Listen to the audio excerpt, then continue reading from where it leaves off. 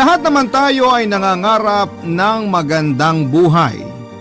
Hindi lamang para sa ating mga sarili kundi pati na rin sa ating mga pamilya. Handa tayong magtiis, mabigyan lamang sila ng kaginhawahan sa abot ng ating makakaya. Ikaw kabarangay, ano ang mga kaya mong isakripisyo para sa pamilya mo? Dear Papa Dudut, isang pagbati po sa lahat ng mga nakikinig sa Barangay Love Stories. Tawagin niyo na lamang po ako sa palayaw na Lina, 25 years old. May isang anak at kasalukuyang nagtatrabaho bilang caddy sa isang golf course dito sa Cavite. Panganay po ako sa 7 magkakapatid. 2 lalaki po ang sumunod sa akin. Yung isa ay security guard at ang sumunod naman ay foreman na malimit madistino sa iba't ibang lugar. Ang pang-apat po namin ay dalaga pa rin at ang tanging kasama sa bahay ay ang aming mga magulang sa probinsya. Ang iba pa naming kapatid ay nakatira sa ibang lugar at maayos naman ang pamumuhay dahil may kaya ang mga napangasawa. Kahit may sari-sarili na kaming buhay ay suportado pa rin namin ang aming mga magulang. Hindi kami nakakalimot na utang namin sa kanila na nabuhay kami sa mundong ito. Hindi man naging mapagmahal at mapag-aruga sa amin noon si inay ay hindi pa rin namin siya matiis. Aaminin ko Papa Dudut na may hinanakit pa rin ako sa aking ina dahil sa mga nangyari noon. At alam kong ganun din ang iba kong mga kapatid. Sa kabila ng pagiging makasarili ni inay noon ay mas pinili ko pa rin na magpatawad at tanggapin na lamang kung ano siya. Bali-balik na rin ko man kasi ang sitwasyon ay nanay ko pa rin siya at hindi na mababago yon. Ang mga katagang ito ang malimit kong marinig kay Lola Alicia noon. Isang hapon pagkagaling ko sa eskwela, pagpasok ko sa loob ng bahay ay nakita ko na may hawak-hawak na papel sa kanyang kamay si Lola Alicia, Papa Dudut.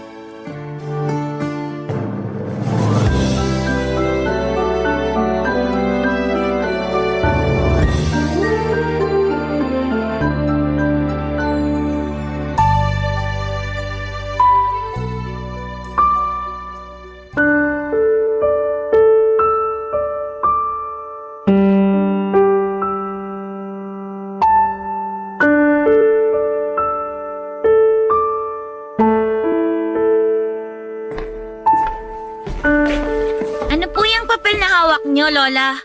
Sulat ito, Apo. Kanino po galing yung sulat? Galing ito sa nanay mo. Kanina lang dumating. Talaga po? Ano pong sabi sa sulat? Ang sabi dito, kukunin ka na nila. Gusto ng inay mo na doon ka na sa kanya tumira at doon mo na ipagpatuloy ang pag-aaral mo. Ayoko po, Lola. Gusto ko po dito sa inyo. Wala tayong magagawa. Sila ang mga magulang mo. Sila ang maaaring magdesisyon pagdating sa bagay na yan. Hindi niyo po ba sila pwedeng kausapin na dito na lang po ako sa inyo? Susubukan ko, Lina, sa abot ng aking makakaya. Kaya lang ang inay mo ang tiyak na may gusto nito. Kapag kasi siyang nagpasya, kahit ang itay mo ay walang magawa. Bakit po ba gusto na nila akong bawiin kung kailan malaki na ako? Ay, baka namimiss ka rin nila. Siyempre, magulang mo pa rin sila at gusto ka nilang makasama. Hindi ko pa rin po maintindihan. Bakit hindi po noon? May mga kapatid ka doon. Ayaw mo ba silang makita at makasama? Gusto po. Kaso po, mas gusto ko pa rin po na kayo ang kasama ko. Hindi naman tayo magkakalayo ng tuluyan. Pwede mo naman akong dalawin dito. Pero Lola, ang layo po nila inay. Paano kung hindi po nila ako payagan? Eh di ako ang dadalaw sa iyo doon. Hindi niyo po ako naiintindihan, La. Kayo po ang gusto kong makasama. Dito ko po gustong tumira. Makinig ka sa akin, Lena. Kahit bali-balik ta rin mo man ang sitwasyon, sila pa rin ang mga magulang mo. Sila lang ang may karapatang magdesisyon kung saan ka titira. Bakit kasi nila ako iniwan sa inyo tapos babawiin din nila ako? Hindi ako aso para basta na lang nilang iwan ng ganon. Siyempre hindi ka aso. Ikaw talagang bata ka kung ano-ano ang sinasabi mo. Totoo naman po eh. Sabi ng Chang, ayaw lang akong alagaan ni inay kaya iniwan niya ako sa inyo noon. Hindi ka dapat nakikinig sa tiyang mo. Mahal ka ng mga magulang mo. Kung totoo po yan, bakit hindi nila ako dinalaw dito? Abala lang sila. Alam ko kasi may trabaho ang inay mo noon, kaya hindi ka niya maalagaan. Ngayon naman, walang iintindi sa mga kapatid mo. Bakit pakiramdam ko, Lola? Para pong pinagtatabuyan niyo na ako. Hindi yan totoo, Apo. Gusto ko nga dito ka lang sa puder ko eh. Baka po pagod na kayong alagaan ako. Dahil po ba matigas ang ulo ko? Hindi, Lena. Kailanman hindi ako mapapagod alagaan ka. Mahal na mahal kita. Yan ang laging mong tatandaan. Mahal na mahal ko rin po kayo, La. Simula po noon, kayo lang po talagang nagmahal at nag-alaga sa akin. Tandaan mo, Apo, hindi lang ako ang nagmamahal sa'yo. Nariyan pa ang mga magulang mo. La, huwag yun na lang po akong ibigay sa kanila. Lahat gagawin ko, Apo, para mapakiusapan ng mga magulang mo. O siya, sige na, maglaro ka na sa labas. Ayoko po, Lola. Wala na po akong ganang makipaglaro. Itong batang ito talaga, oh. O sige na, puntahan mo muna ang mga pinsan mo para makapaglaro na kayo. Sige na nga po. Magpapalit lang po ako ng pambahay. Huwag mo munang intindihin yung mga napag-usapan natin tungkol sa pagkuha sa iyo ng mga magulang mo. Matagal pa naman yun eh. Habang di pa naman nangyayari, dito ka muna kay Lola. Opo, Lola. Isang taon pa lamang ako noon, Papa Dudut, nang iwan ako ng aking mga magulang sa pangangalaga ng aking lola. Hindi malinaw sa akin ang dahilan nila, ngunit lagi kong naririnig sa aking tiyahin na kapatid ng tatay ko na likas raw na tamad ang aking ina. Puro sarili lamang daw niya ang iniisip. Noong panahon na yon ay hindi ko pa ganong naiintindihan ang sinasabi ng tiyahin ko. Bagamat istrikta si Lola ay masasabi kong mapagmahal at malambing ito sa maraming pagkakataon. Madalang ding magpadala noon ng pera ang aking mga magulang. Mabuti na lamang at may pensyon ng aking lola na siyang ginagastos namin sa pang-araw-araw at baon ko sa eskwela. Inaamin ko po na may mga pagkakataon noon na hinihiling kong sana ay kapiling ko ang mga magulang ko.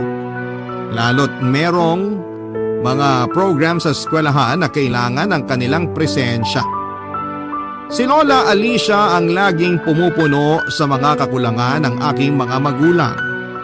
Hindi ko lang lubos maunawaan na kung kailan tanggap ko na sa sarili ko na si Lola Alicia na lamang ang makakasama ko habang buhay ay saka naman sila magsasabi na gusto na nila akong kunin. Dumating ang araw na kinakabahan ako, Papa Dudut. Hapon na noon, galing ako sa eskwelahan, nadatnang ko si Lola na may kausap na isang babae. Ipinakilala siya sa akin ni Lola Alicia. Hindi lang siya basta bisita. Siya raw ang aking ina, Papa Dudut.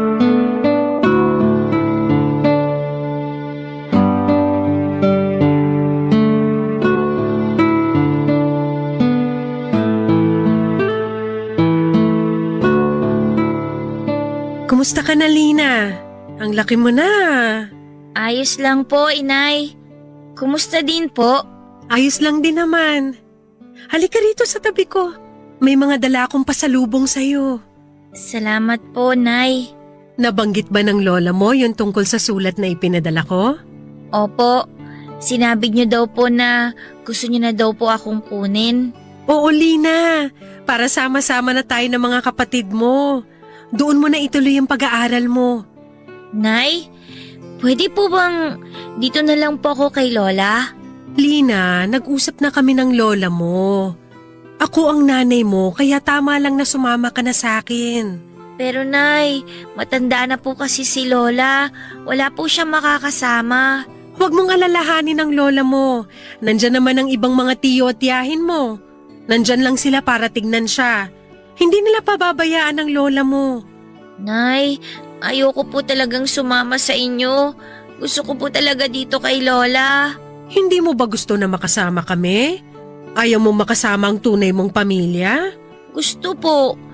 Pero mas gusto ko pa din pong makasama si Lola. Makinig ka, Lina. Huwag sanang matigas ang ulo mo. Sasama ka sa ayaw at sa gusto mo. Bakit niyo po ba ako pinipilit sumama sa inyo, Nay? Mas gusto ko nga po dito kasama si Lola. Nag-usap na nga kami ng lola mo. Payag na siya na kunin kita. Huwag mong bigyan ng problema yung matanda. Dahil kung hindi ka sasama sa akin at magmamatigas ka, mapipilitan akong humingi ng tulong sa barangay. Maisama lang kita. Sana po tinanong niyo ako kung gusto kong sumama sa inyo. Hindi po bigla niyo na lang po akong kukunin kay Lola. Hindi na kita kailangan tanungin.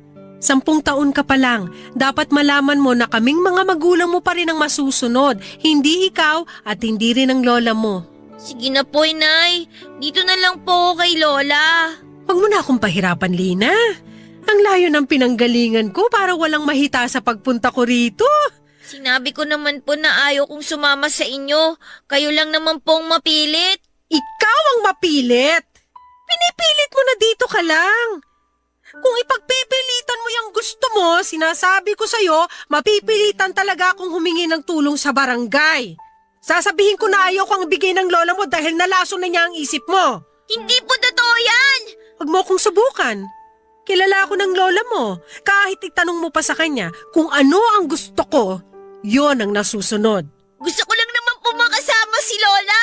Kami ang totoo mong pamilya. Kaya dapat lang na kami ang piliin mong makasama, hindi ang lola mo. Bakit kasi kailangan niyo akong iwan noon? Tapos babawiin niyo rin naman pala ako. Anong klaseng tanong yan? Yan ba ang natutunan mo sa lola mo? Yan ba ang tinuturo niya sa'yo? Ang sumagot ng ganyan sa mismong nanay mo? Mabait po si Lola ko. Wala po siyang itinuro sa akin na masama. Sa nakikita kong ugali mo ngayon, malabo yung sinasabi mo. Baka sinisiraan niya pa kami sa'yo. Hindi po totoo yan, Nay. Mabuti pa ayusin mo na mga gamit mo. Hindi ko na mahihintay na magbakasyon kayo. Hindi mo natatapusin ang pag-aaral mo rito. Aalis na agad tayo. Wag po muna, Nay. Kasama po ako sa top. Sayang naman po kung hindi na po ako papasok. Hindi naman importante yung honor-honor na yan eh. Elementary ka pa lang naman. Tsaka baka gawin niyo pang dahilan niya ng lola mo para hindi kita maisama pa uwi. Parang awa niyo na po, Nay. 1 linggo na lang naman po eh. Buo na ang pasya ko. Sa ayaw o sa gusto mo, aalis na tayo bukas. Kung magmamatigas ka, isasama ko lola mo mamaya sa barangay. Kausapin namin yung barangay chairman dito sa lugar para mapaliwanagan siya na ako ang may karapatan sa'yo. Sasama na po ako sa inyo. Huwag na lang po kayong gumawa ng gulo. Maawa po kayo kay Lola, Nay. Ikaw ang gumagawa ng gulo. Kung hindi ka sana nagmamatigas, kanina pa tapos tong usapan na to. Sige na, ayusin mo na mga gamit mo. Padudot wala akong nagawa noon kundi ang sumunod na lamang sa kagustuhan ng aking ina kahit labag sa aking kalooban. Dahil sa takot na rin na gumawa siya ng gulo na maaaring makasama sa aking lola. Ayokong ako pang maging sanhi kung sakaling may masamang mangyari kay Lola Alicia. Nang gabing yon dahil labag nga sa loob ko na sumama sa aking ina, si Lola na ang nagayos ng mga damit ko at kita ko ang labis na lungkot sa kanyang mukha. Ako naman habang nanonood sa kanyang ginagawa ay wala ring tigil sa pagluha. Marami ring bilin si Lola sa akin, papadudin. Maging masunurin daw ako sa aking mga magulang, katulad ng pagsunod ko sa kanya. Tanging mga tango lamang ang naging tugon ko kay Lola, papadudot. Hindi ko kasi magawang magsalita ng mga oras na yon. Kinabukasan ay dumating na ang sandali na kailangan na naming maghiwalay ni Lola. Kahit mugto na ang aking mga mata, ay hindi pa rin ako tumatahan sa pag-iyak habang iyakap ko ng mahigpit ang aking Lola Alicia. Hinila na ako ni inay at pilit na pinapasakay sa naghihintay na tricycle na siyang maghahatid sa amin sa terminal ng bus. Kahit umaandar na ang sinasakyan namin ay panay pa rin ang lingon ko, Papa Dudut. Hanggang sa si Lola Alicia na tinuring kong sariling ina ay tuluyan ng nawala at hindi na nakita ng aking mga mata. Barangay Love Stories. Barangay Love Stories. Papa Dudut, hindi ko inaasahan na magiging mainit ang pagtanggap sa akin ng mga kapatid ko. Masaya nila kaming sinalubong ni inay, Papa Dudut, at ramdam ko ang pagyakap nila sa akin at pananabik na makilala ko bilang ate nila. Ganon din si itay, nakita ang saya sa kanyang mukha habang nakatingin sa amin. May nadatnan din akong kasambahay sa bahay ng aking mga magulang at sabi nito sa akin, siya raw ang nag-aasikaso sa aking mga kapatid. Kaya laking gulat ko noong sisantihin siya ni inay matapos ang ilang araw. Nang mag-usisa ako ay sabi lang ng aking kapatid na wala na raw pampasweldo sa kasambahay. Kaya pinaalis niya. Simula nga noon, Papa Dudut, ay ako nang nag-asikaso sa aking mga kapatid at sa iba pang mga gawaing bahay, habang ang aming ina ay abala sa kanyang mga bisyo at barkada. Batid naman ng aking ama ang ginagawa ni inay, ngunit nagtataka ako kung bakit hinahayaan lamang niya ito. Nasa high school na ako noon nang 2 beses pang nagbuntis ang aking ina at ako nag-alaga pareho sa mga kapatid ko. Nang mga panahon na yon ay lalong nalulong sa bisyo ang nanay ko. Ako naman, simula nang mapunta sa poder ng aking mga magulang ay hindi na nakaranas pa na maglaro at magkaroon ng mga kaibigan. Inilaan ko na lamang ang aking panahon sa pag-aasikaso sa aking mga kapatid. Hanggang isang araw ay hindi ko na natiis na hindi kausapin si inay sa gusto ko sanang mangyari, Papa Dudut.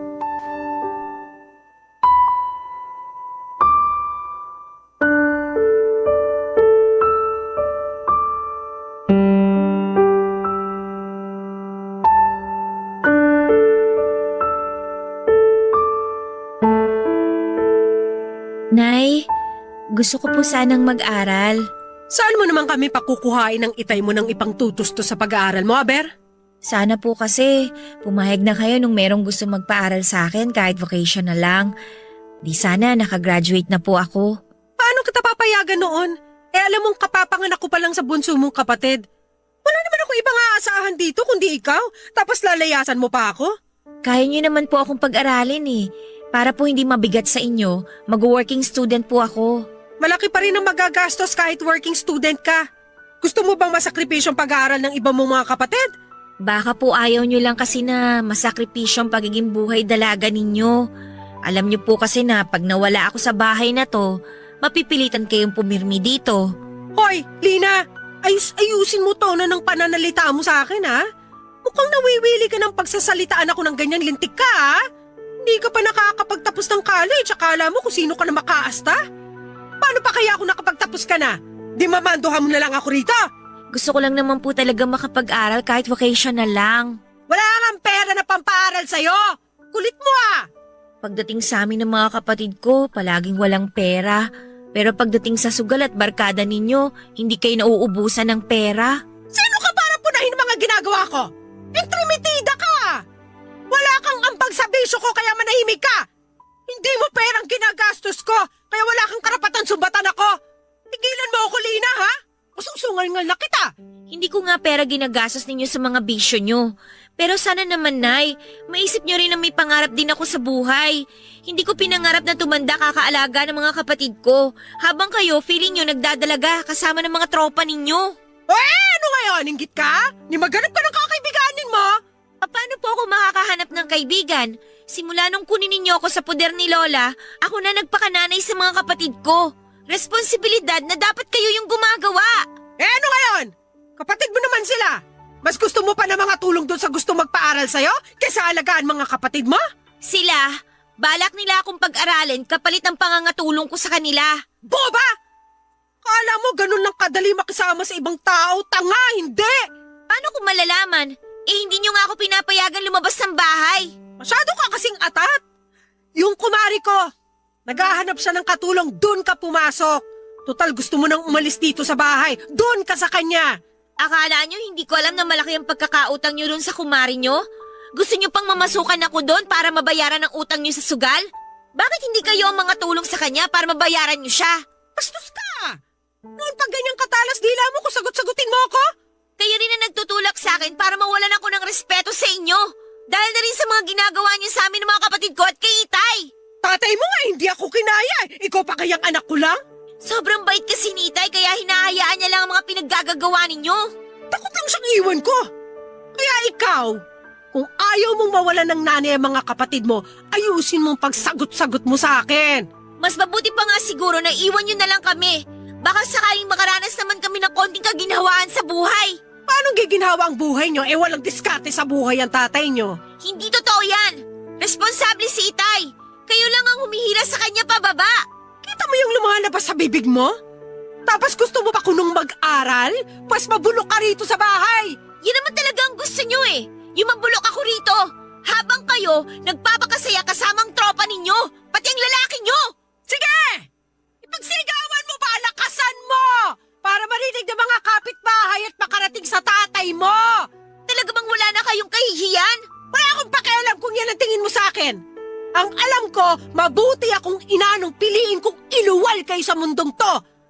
Pwede ko naman sana kayong ipalaglag pero hindi ko ginawa. Sana nga ginawa nyo na lang para hindi na namin dinadanas yung ganitong paghihirap na maging nanay kayo! Yung sinasabi mong paghihirap na nararanasan nyo, wala pa yan sa kalingkingan na paghihirap ko noon. Kaya ba pinaparanas nyo rin sa amin ngayon?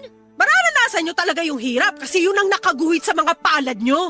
Anong klaseng katwiran yan, Nay? Kung ano-anong sinasabi ninyo para lang mapagtakpan ng mga pagkukulang ninyo? Bahala ka kung ayaw mo intindihin mga sinasabi ko. Bahala talaga ako! Magtatapos ako ng pag-aaral! Hindi na ako papayag na pigilan ninyo!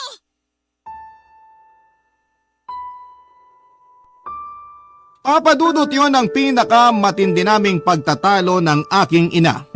Sa kabila noong sumunod na mga araw ay maayos ko na rin siyang kinausap tuwing nasa bahay. Dumating naman yung punto na nadestino sa malayong lugar ang tatay ko. Stay in siya sa trabaho niya at kinuha ni inay ang pagkakataon na yon para ilang araw na hindi umuwi sa bahay habang nakadestino si Itay. Hindi ko alam kung saan siya nagpupunta at kung sino ang mga kasama niya.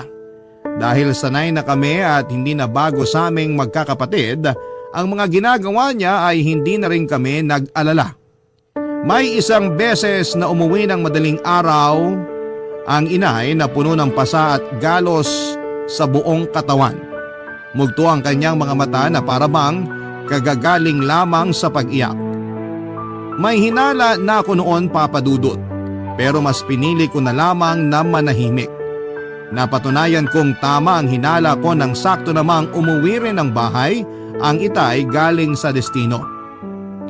Nauna lamang si inay kay Itay ng mga 30 minuto.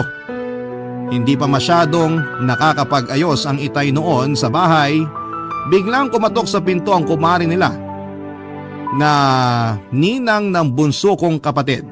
Pakiwari ko'y natsyempohan itong umuwi si Itay kaya nagmadali siyang pinuntahan si tatay sa bahay. Kinausap niya ang Itay tungkol sa kalokohan ng asawa niya at ng aking ina. Nang makaalis ang kumare nila, galit na kinumpronta ni Itay si inay. Noong nakaramdam ako ay ginising ko ang mga kapatid ko, tapos ay lumabas kami ng bahay para hindi nila masaksihan at marinig ang pagtatalo ng aming mga magulang. Nung una akala ko po ay mapapanindigan ni Itay ang galit niya kay inay. Kaso'y nagulat na lamang ako noong makita kong mas nagalit pa ang inay. Nasaksihan ko rin kung paano paluin ng walis tambo ni inay si Itay. Napailing na lamang ako, papadudot. Ang komplikadong sitwasyon namin sa bahay ay lalo pang pinagulo ng nanay ko. Tahasan talaga niyang hinahadlangan ang pagkakataon ko na makapagtrabaho. Noong panahong yon ay may isa akong pinsan na nagkataong nagbabakasyon sa lugar namin. Kinausap ko siya na isama niya ako sa Cavite pagbalik niya roon. Pumayag naman siya at tinaong ko na wala si inay sa bahay nung magpaalam ako kay Itay. Agad naman niya akong pinayagan sa pag-aakalang 1 linggo lamang akong mawawala. Ang hindi niya alam ay plano kong maghanap ng trabaho sa Cavite at hindi na muna babalik sa amin. Laking pasasalamat ko kasi lubos na naiintindihan ng pinsan ko ang kalagayan ko. Pinahiram niya ako ng pang-down sa inuupahan kong kwarto. Pinahiram niya ako ng pera na ipambibili ko ng mga kailangan ko at nireko niya ako sa kaibigan niya para makapasok ako sa pinagtatrabahuhan nito. Maayos ang tinakbo ng unang 1 buwan ko sa trabaho doon sa Cavite. Hanggang sa dumating yung pagkakataon na hindi ko inaasahan, Papa Dudut. Kasi mo na gamit mo, bilis. Uuwi na tayo. Ayoko, Nay! May trabaho na ako dito! Hoy, Lina, hindi ka nagpaalam na maayos. Ang sabi mo sa tatay mo, 1 linggo ka lang mawawala. 1 buwan na. Alam ko naman kasi na hindi niyo ako papayagan eh. Pabayaan niyo na lang ako. Anong pabayaan? Sa ayaw o sa gusto mo sasama ka sa akin pa uwi. Hinihintay ka na ng mga kapatid mo sa bahay. Nay naman, hayaan niyo na lang ako sa gusto ko. Magpapadala naman ako ng pera pag sahod ko eh. Sa atin ka na lang magtrabaho. Doon, malapit ka lang sa amin. Ang dami namang mapapasukan doon, dumayo ka pa rito. Paano ako makakapagtrabaho doon? Eh ayaw niyo nga akong payagan. Anong ayaw payagan? Anong pinagsasasabi mo? Ayos na yung galing niyo rin magmaang-maangan ah. Hoy, Lina, huwag kang makasarili. Ang liliit pa ng mga kapatid mo. Wala nagbabantay sa kanila pag wala kami ng tatay mo sa bahay. Tsaka kaya ako biglang napasugod. Kasi nung tanungin ko yung pinsan mong nagsama sa rito, sabi niya wala ka na raw balak umuwi sa atin. Hindi ako sasama sa inyo. Hindi ko pwedeng iwan na lang basta ang trabaho ko. Huwag mo akong pilitin na mag-iskandalo rito, Lina. Kung kinakailangan kalad ka rin kita pa uwi ngayon, gagawin ko talaga maisama ka lang pabalik sa atin. Hindi na ako bata para takutin ninyo. Respetuhin niyo naman ang desisyon ko. Sumama ka na, anak. Kung kinakailangan luluhod ako para mapatawad mo lang ako. Pwede ba, Nay? Tama na nga yung drama ninyo. Nakakahiya sa mga nakakakita. Ipapahiya talaga kita rito kung hindi ka sasama ng mahinahon. Sumama ka na. Nangako ko sa mga kapatid mo na kasama kitang uuwi sa atin. Sa totoo lang, hindi ako makasarili dito, Nay. Kayo! Tigilan mo na yung kakaiyak mo! Ikaw pala itong madrama eh! Sige na, panalo na kayo. Sasama na ako sa inyo para manahimik na kayo. Tigas kasi ng ulo mo eh. Sinabi ko naman sa'yong hindi mo ko kaya. Matigas talaga ang ulo ko kasi may gusto akong gawin sa buhay ko na pilit yung hinahadlangan. Tumahimik ka! Kanino ko pa gusto mo yung tugsapadali ang ulo mo ng mauga eh? Ang dami mo pang sinasabi. Kunin mo na yung mga gamit mo bago kita kalad ka rin paalis dito. Gawin niyo na kaya! Ako na to nagpapakumbaba sa'yo tapos panay pang talak mo? Kapal mo naman? Yan ba yung pagpapakumbaba? Ang peki naman ninyo. Hintayin niyo na ako rito. Saan ka pupunta? Saan pa ba? Eh di ililigpit ang mga gamit ko. Hindi ko alam kung anong klase kang ina. Pero hindi ko to makakalimutan kahit kailan. Tandaan niyo yan! Kung mga ganyan ka pa talaga, bakit? Ano bang masama sa gusto namin ng mga kapatid mo na makasama ka sa bahay? Alam niyong hindi yan ang totoong dahilan. Ginamit niyo pa mga kapatid ko. Gusto niyo akong umuwi para malaya ninyo magawa ang mga gusto niyong gawin. Kasama ng mga tropa ninyo. Habang pinapaako niyo sa akin lahat ng mga responsibilidad ninyo. Tumigil ka na kakaarte dyan! Mag-impake ka na bago ako mapundi sa'yo! Bilisan mo na! Papa Dudut, wala akong nagawa kundi ang sumunod kahit labag sa loob ko ang bumalik sa aming probinsya. Habang naglalakad kami paalis, sa aking tinutuluyan ay kita ko ang tingin sa akin ng mga kapitbahay ko.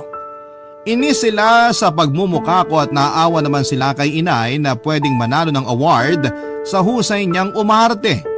Nakatungo na lamang ako hanggang sa makasakay kami ng jeep. Naging sunod-sunuran man ako sa aking ina ay nag-iisip pa rin ako kung paano ko siya matatakasan. Desidido talaga ako na huwag nang bumalik sa probinsya namin at buo ang loob ko na magtatrabaho na lamang ako para matustusan ko ang mga pangsarili kong pangangailangan at matulungan ang mga kapatid ko. Gusto kong maranasan nila ang kaunting ginhawa na maaari kong ibigay na hindi maibigay ng aming mga magulang. Papadudot kahit puno ng takot ang dibdib ko. Tinatagang ko na lamang ang loob ko at pagkakataon ko na kasi na mabago ang takbo ng buhay ko. May ilang minuto bago umandar at umalis ang bus sa terminal. Nagpaalam ako kay inay na magsi-CR muna. Mabilis po akong buwaba at kumaripas ng takbo palabas ng terminal. Rinig ko pa nga ang malakas na tawag sa akin ni inay, ngunit hindi na ako lumingon pa. Kahit wala pa akong plano, basta nalaman sa aking mga mata. Hindi ko alam kung luha ba yon ng saya dahil sa wakas ako'y malaya na, o luha yon ng lungkot dahil posible na ang mga kapatid ko ay hindi ko makita. Barangay Love Stories. Barangay Love Stories. Papadudot matapos kong takasan si inay sa terminal, isang buwan noon ang lumipas ay nagkaayos naman kaagad kami ng mga magulang ko. Nangako na lamang ako noon na laging magpapadala ng pera na panggastos ng mga kapatid ko para sa pag-aaral nila. Nang mga panahon na yon ay isa na akong caddy at masaya ako na binubuhat yung mga bag ng mga nag-golf at nagbibigay ng assistance sa kanila tuwing may laro sila. Masasabi kong malaking tulong ang trabahong yon sa akin kasi nabibili ko na ang mga pangangailangan ko. At ang mahalaga sa lahat ay naibibigay ko na rin ang ibang pangangailangan ng aking mga kapatid. Halos mag-iisang taon na ako sa trabaho ko noon pero ang nakakalungkot ay hindi pa rin nagbago si inay. Lalo pa raw itong lumala, sabi sa akin ng mga kapatid ko. Palagi nilang sumbong na malimit daw na mag-away ang mga magulang namin dahil hindi na rin matiis ni Itay ang ginagawa ni inay. Muntik din daw na masaksak ni Itay si inay noong minsan itong umuwing lasing. Nagawa lang daw awatin ang pangatlo kong kapatid. Ang problema, nadaplisan siya ng kutsilyo sa kamay na naging sanhi ng pagkakasugat niya. Kahit nga raw yung perang pinapadala ko para sana sa mga kapatid ko ay nagagastos din umano ni inay sa pagsusugal. Baon na rin daw sila sa utang at doon ako nag-decide na sa kapatid ko na lamang na sumunod sa akin ipadala ang pera at hindi na sa nanay ko. Nagpatuloy ng ilang beses ang ganong setup namin ng kapatid ko. Isang araw papasok ako sa golf course na pinagtatrabahuhan ko. Pagbaba ko pa lamang ng shuttle sa tapat ng gate ay may natanaw akong babae na kausap ng gwardya.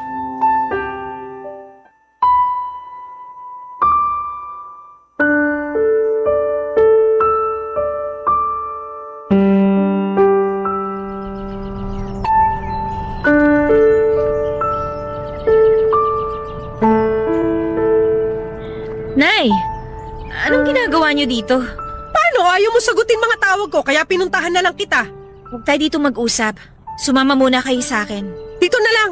Di naman magbabagong pag-uusapan natin pag lumipat tayo ng lugar. Huwag sana kayong gumawa ng eksena dito. Nakikiusap ako sa inyo, Nay. Huwag ka mag-alala. Gusto lang kitang kausapin. Bakit niyo ba ako pinuntahan dito? Ano ba sa tingin mo? Bakit kasi kailangan sa kapatid mo ipadala yung pera? Ganun mo na lang ba kami baliwalain ng Itay mo? Pagkatapos ka naming alagaan at palakihin? Hindi naman sa ganun. Paggastos nila yun sa pag-aaral nila, Nay. Kaya sa... Ano? Ganun na lang yon. Kami na lang ang bahala sa buhay namin ng Itay mo? Wala ka nang balak bigyan kami? Yun ba gusto mong palabasin? May sahod naman si Itay ah. Kayong humahawak ng pera niya. Hayaan niyo na yung perang pinapadala ko sa mga kapatid ko. Bakit? Sa tingin mo hindi nakikinabang mga kapatid mo sa pera ng tatay nyo? Hoy! Doon kinukuha yung pangkain nila, pambayad sa tubig at kuryente. Makakala mo kung saan lang napupunta sahod ng tatay mo. Hindi yun ang nakarating sa akin. Hanggang ngayon daw nagsusugal pa rin kayo. Baon daw kayo sa utang at araw-araw may nagpupunta sa bahay para maningil. Yan ba ang sumbong ng mga kapatid mo? Oo, Nay. Hindi ba kayo naaawa sa mga kapatid ko? Hindi ba kayo naaawa kay Itay? Sa akin ba hindi ka naaawa? Puro na lang sila ang inaalala mo? Magdadrama na naman kayo eh. Malilate na ako sa trabaho. Kailangan ko nang pumasok. Tsaka na tayo mag-usap. Huwag mo akong tinatalikuran! Bastos ka talaga! Sabi ko naman sa inyo, huwag tayo dito mag-usap. Balak nyo na naman kasi mag-iskandalo eh. Gagawin ko talaga yan pag hindi ka umayos. Hindi na sana kayo nagpunta dito. Bakit hindi? Para hindi malaman ng mga katrabaho mo yung tunay mong ugali? Pabuti nga to para malaman nila kung paano mo tratuhin sarili mong ina. Wala po akong ginagawang masama sa inyo. Hindi ba masama itong ginagawa mo ngayon? Imbis na tanungin mo ako kung kumusta biyahe ko at kumain na ba ako, mas inuna mo pa na ipagtabuyan ako. Hindi ko kayo pinagtatabuyan. Anong hindi? Palagay mo sa akin, di marunong umintindi ng Tagalog? Ginawa mo pa akong tanga? Hindi ka na talaga nagbago? Kayo ang hindi nagbago. Mahilig pa rin kayo magpaawa para makakuha ng simpatsya. Wala ka naman kasing awa sa sarili mong ina. Lagi mo na lang akong binibigyan ng sama ng loob sa mga pinagsasasabi at mga pinaggagagawa mo. Tama na, Nay. Sabihin nyo na lang kasi kung ano ba talaga yung pakay nyo para matapos na tong usapan na to. Tignan mo yung pananalita mo sa akin. Ha, Lina? Parang wala ka talagang pinag-aralan.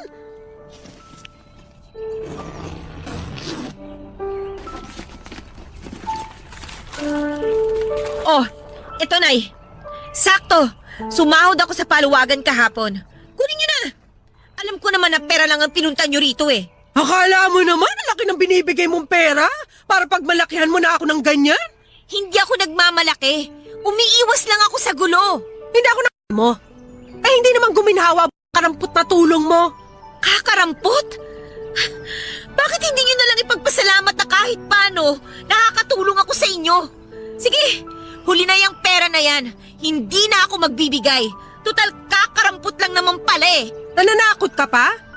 Para sabihin ko sa'yo, kahit buong buhay ka magtrabaho, hindi mo mababayaran paghihirap namin ng tatay mo. Mapalaki ka lang na maayos. Nasasabi nyo talaga yan?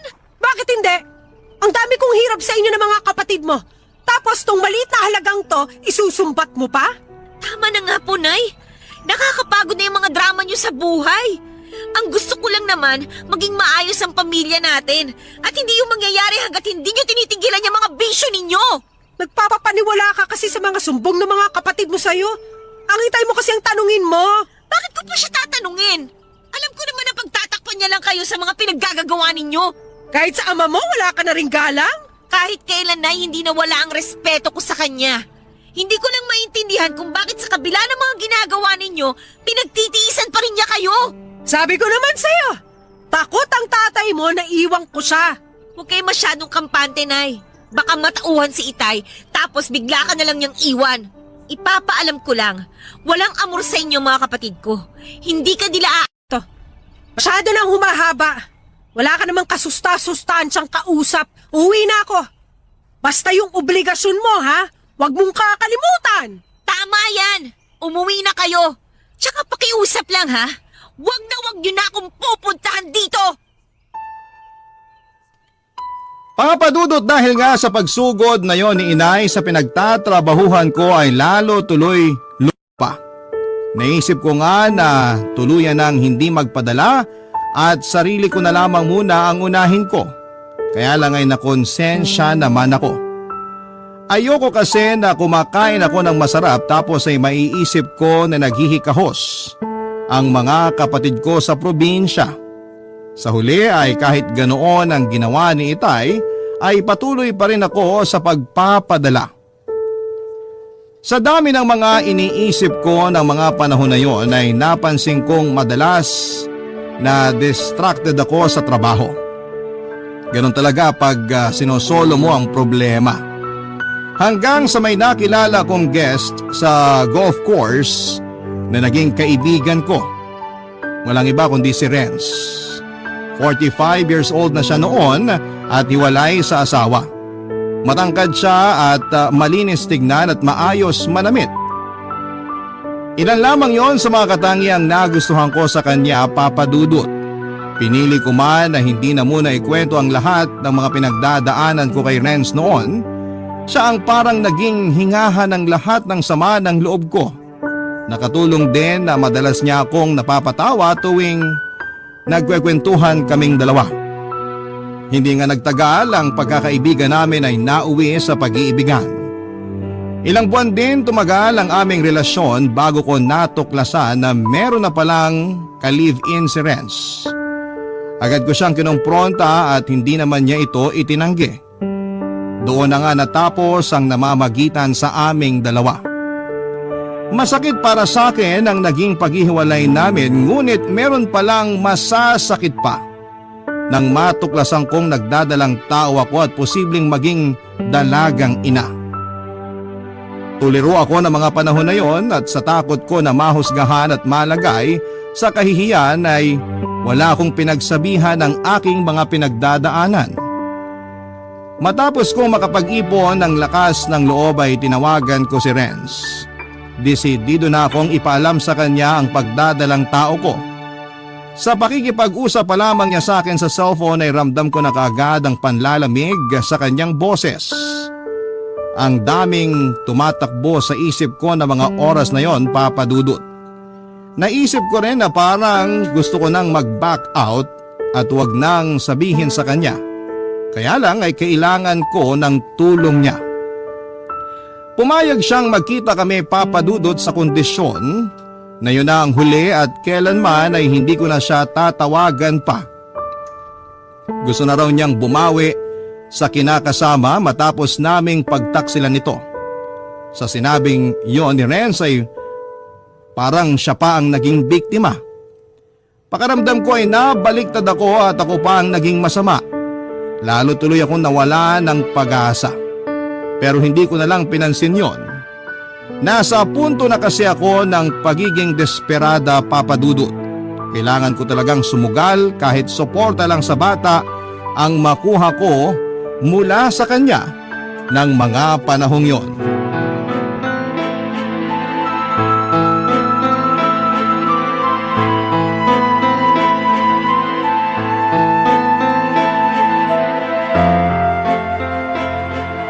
Salamat naman at pinagbigyan mo ko na makausap ka.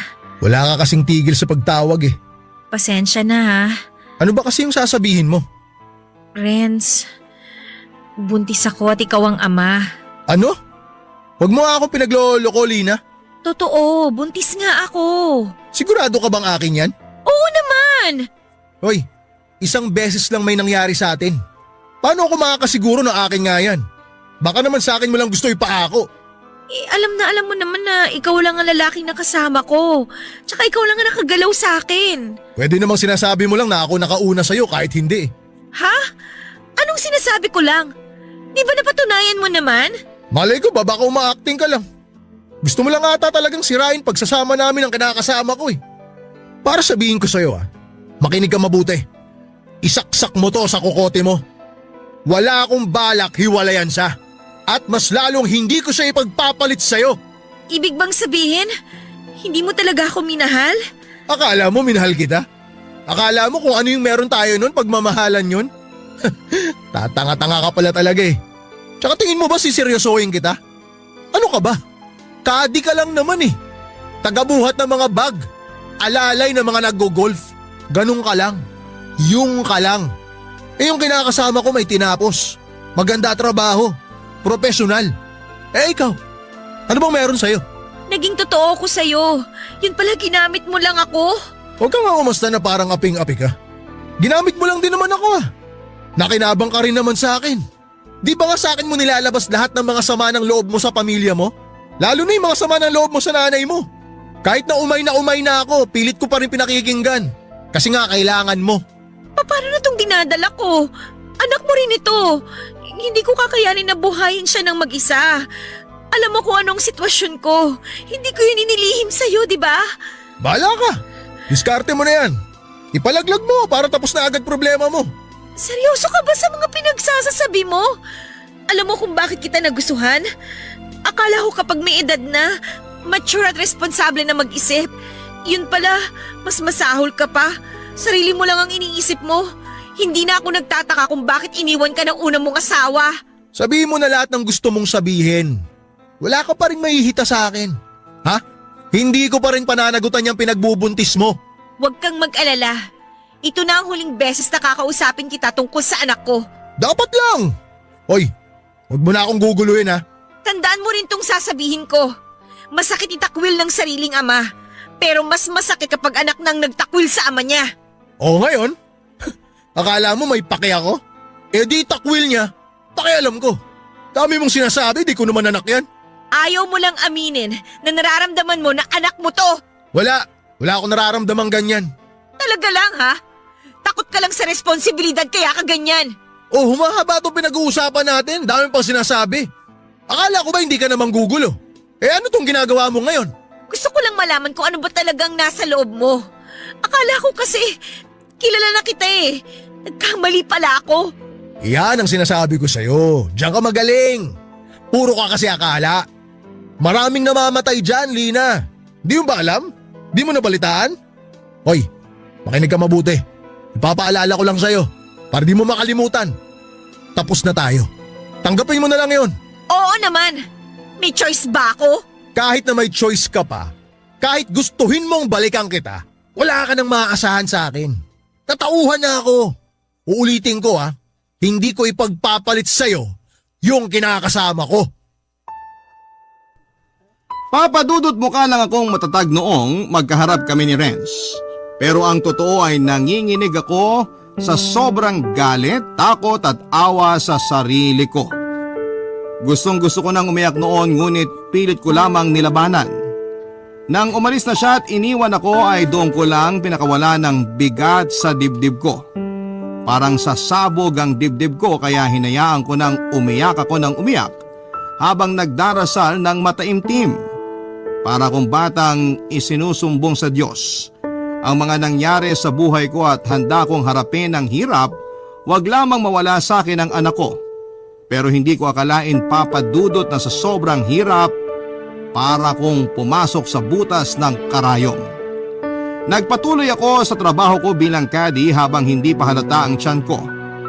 5 buwan na akong buntis nang itigil ko na ang pagiging caddy at namasukan naman bilang kasambahay sa isang pamilya na naninirahan dito sa Cavite.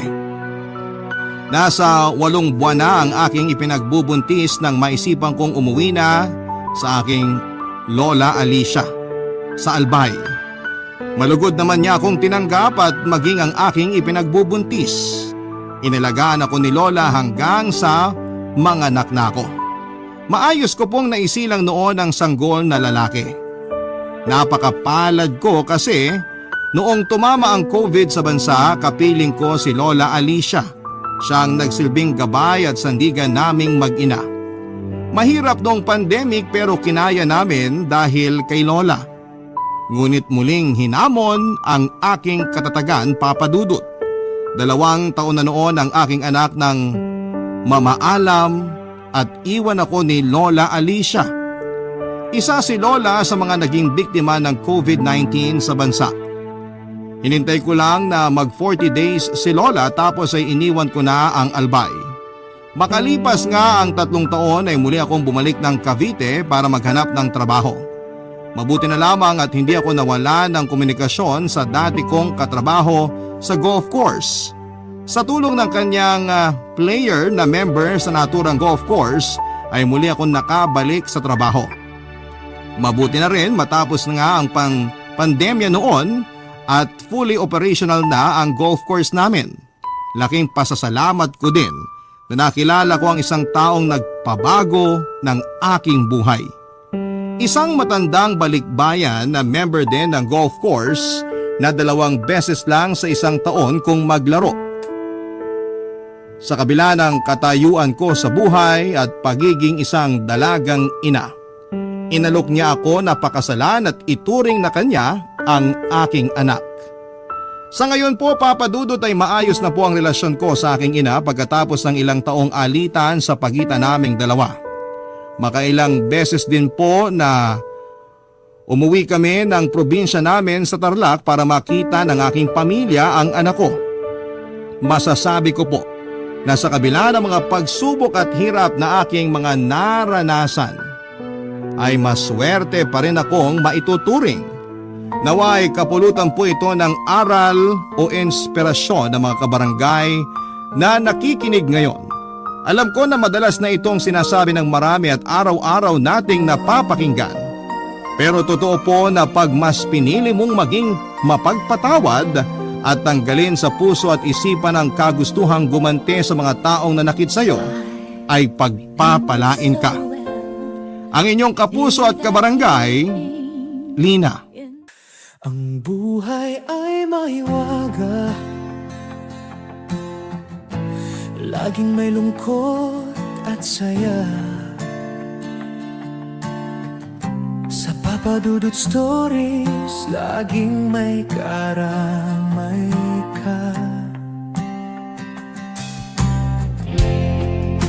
Mga problemang kaibigan, dito ay pakikinggan ka.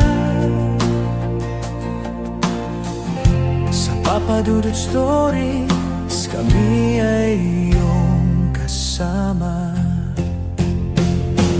Dito sa Papa Dudut Stories, ikaw ay hindi nag-iisa.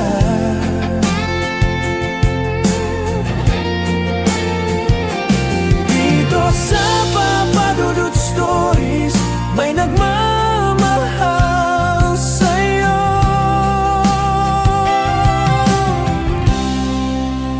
Papa Dudut Stories,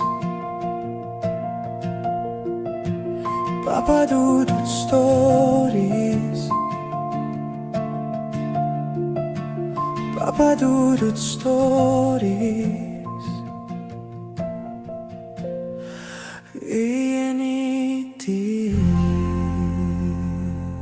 Walang pagkakamali ang naitatama ng isa pang pagkakamali dahil mas lalo lamang nitong pinapagulo ang sitwasyon at dumadagdag sa problema ng isang tao. Ikaw kapuso, ano ang gagawin mo kapag nakagawa ka ng pagkakamali na pwedeng makasira ng isang tahimik at maayos na relasyon?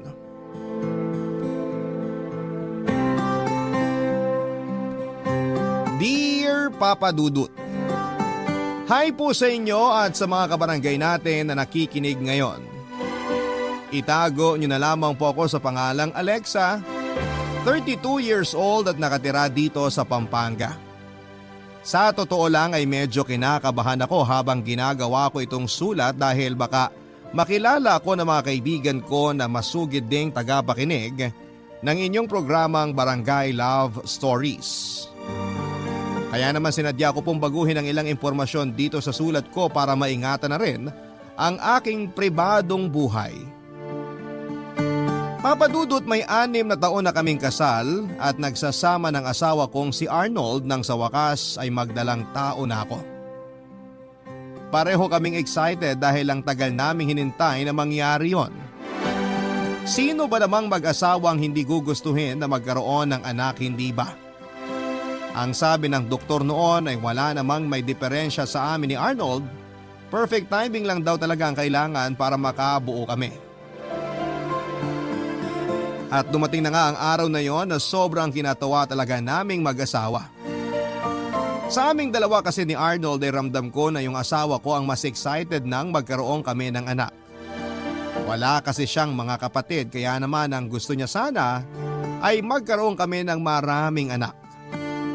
Biniro niya pa nga ako na kapag nanganak na raw ako ay kaagad naming susundan ang susundan yon hanggang sa makabuo kami ng isang basketball team. Ganon karaming anak ang gusto ng asawa ko at ganon siya ka-excited sa magiging baby namin na ilang taon naming hinintay. Kaya lang isang pagsubok ang dumating sa aming buhay mag-asawa. Nakunan ako sa ika-6 na buwan ng pagbubuntis ko, Papa Dudut.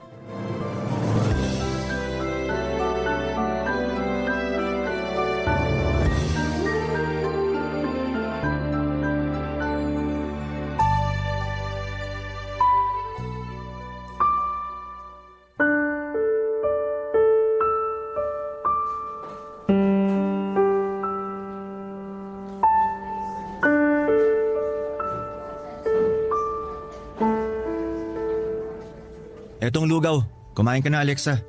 Salamat. Ang sabi ng doktor, pwede ka na raw makauwi bukas. Mabuti naman para hindi na lumaki pa ang babayaran nating bill dito sa ospital. O anong ibig mong sabihin yan? Nawala akong pera? Hindi naman sa ganun, Arnold. May pera trabaho ko Alexa. Kaya kong bayaran kahit magkano pang abutin ng bill na sinasabi mo dyan. Wala naman akong ibig sabihin sa sinabi ko. Para kasi pinaparating mo sa akin na wala akong kwentang asawa sa'yo eh. Nagtatrabaho ko ng maayos para maibigay ang lahat ng pangangailangan mo at ng dapat na magiging baby natin. Alam ko naman yun. Alam mo pero hindi ka naman marunong makinig.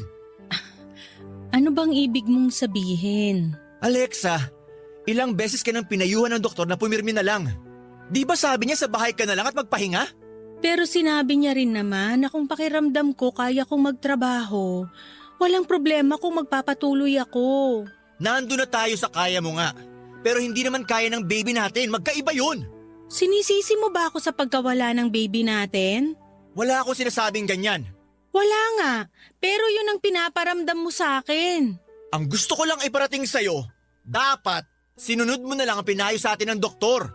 Sinabi ko naman sa'yo na hindi ako sanay nang nasa bahay lang, di ba? Kita mo na? Ang tigas talaga ng ulo mo. Tutupad din talaga sana ako sa usapan natin na maaga ako magma-maternity leave. Hindi ko naman alam na mangyayari to. Kasi ramdam ko na kaya ko pa talagang magtrabaho. Ikaw nga lang yun at hindi ang baby natin. Bakit ba hindi mo maintindihan yun? Dahil hindi ko naman ginusto na mawala ang baby natin. Oo, hindi ko nga sinunod ang payo ng doktor na wag munang magtrabaho. Pero naging maingat naman ako, di ba? Mula sa pagkain at pagkilos ko, lahat ng bili ng doktor sa akin, sinunod ko. Hindi mo sinunod. Kasi kung oo, hindi mawawala ang baby natin. Palibhasa, napakamakasarili mo. Wala kang pakialam sa magiging anak sana natin. Hindi totoo yan! Mahal ko ang baby natin! Ang sabihin mo, mas mahal mo yung sarili at trabaho mo. Alam mo, hindi ko maintindihan kung bakit hindi mo maiwan-iwan yung lecheng trabaho mo eh. Kulang pa ba talaga ang perang inaabot ko sa'yo tuwing kinsenas at katapusan? Magkano bang gusto mong iabot ko sa'yo tuwing sweldo ko ha? Gusto mo ba na ibigay ko na sa'yo ang buong sweldo ko at gumapang na lang ako papasok sa trabaho at pauwi sa bahay? Ano? Ganun ang gusto mo? Arnold, sinabi ko na naman sa iyo ang dahilan kung bakit ayoko mag-resign. Masyado na ako napamahal sa trabaho ko at hindi ako sanay na palaging nasa bahay lang. Kita mo na? Napakamakasarili mo talaga. At wala kang pakialam sa baby natin. Ako lang! Ako lang talaga nagmamahal kay baby. Ako lang, Alexa! Papadudot nang magbuntis ako ay sinabi ng doktor na medyo masela ng kalagayan ko, lalo na ang pagkabit ni baby sa sinapupunan ko. Pinayuhan niya rin nga ako na mas mabuti pa nga kung magpahinga na lamang ako sa bahay at hindi na muna magtrabaho. Pero dahil malakas naman ako noon at wala akong kahit na anong kakaibang nararamdaman, sinabi ko na maaga na lang akong magma-maternity leave. Sinabi ko rin sa doktor na malakas ang pakiramdam ko sa katawan ko kaya wala siyang kahit na anong dapat na ipag-alala sa akin. Kaya lang dahil na rin siguro sa puyat at stress ko sa trabaho ay bigla na lamang akong dinugo isang araw. At doon na nga nangyari na nalaman namin na wala na ang baby namin dahil tuluyan na siyang bumitaw, Papa Dudut. Sobra din po akong nasakta noon at syempre ako ang nanay at ako ang nagdala kay baby ng ilang buwan sa sinapupunan ko. Pero ang mas masakit lang kasi doon ay ako rin ang sinisisi ng asawa ko sa mga nangyari. Siguro nga ay kasalanan ko talaga pero sa mga oras na yon ay kailangan ko rin naman ang karamay. Pero yon ang hindi pinaramdam sa akin ni Arnold. Dahil kahit na hindi niya diretsyong sinabi sa akin ay alam kong galit siya. At ako lang ang sinisisi niya sa pagkawala ng baby namin, Papa Dudut.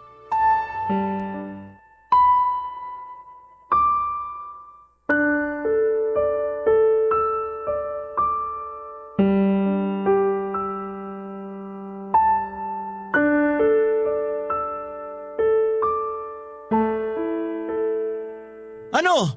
Wala pa bang resulta? Sandali lang, nilalagyan ko pa ng ihi ko tong pregnancy test kit. Bilisan mo na dyan. Tapos dito na lang natin hintayin ang resulta. Sige, saglit lang.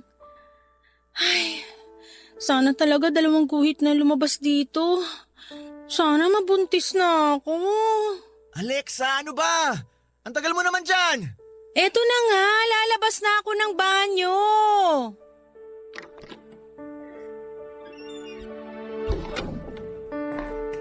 Nasaan yung pregnancy test kit mo? Eto, lalagay ko na dito sa lamesa. Oh, Bakit wala pa lumalabas na kahit na anong guhit? Saglit lang, Arnold. Maghintay lang tayo ng konti. Ayan na, may lumalabas ng guhit. Sabi sa'yo, mabilis lang yan eh. Teka, ano to? Isang guhit lang ang lumabas?